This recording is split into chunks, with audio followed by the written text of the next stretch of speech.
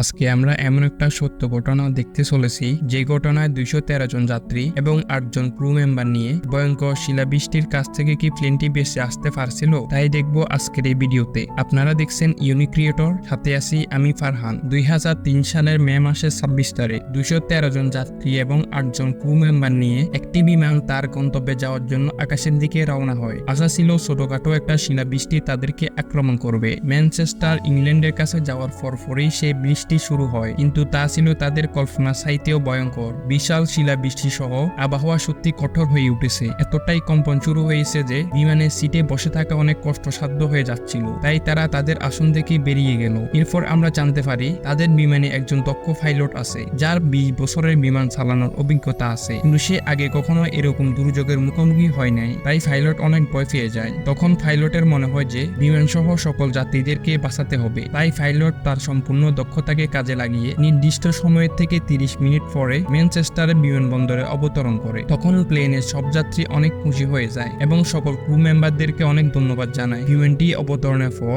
যখন বিমান সার্ভিসের লোকেরা সেই বিমানটি ঠিক করতে গেল, তখন তারা দেখতে পারলো শিলাবৃষ্টির কারণে বিমানের সামনের অংশ পুরোপুরি নষ্ট হয়ে গিয়েছে, কিন্তু ভিতরে সবকিছু ঠিকই আছে, কোনো ক্ষতি হয় নাই। শুধুমাত্র পাইলটের দক্ষতার কারণে এই যাত্রায় বিমানের পাইলট, ক্রু মেম্বার এবং যাত্রীরা সবাই বেঁচে যায়। ভিডিওটি ভালো লাগলে লাইক করতে পারেন, ভুল ভ্রান্তি হয়ে থাকলে কমেন্ট বক্সে লিখে জানাতে পারেন। পরবর্তী ভিডিও দেখার আমন্ত্রণ জানিয়ে আজকের জন্য এ পর্যন্ত ইতি টানছি।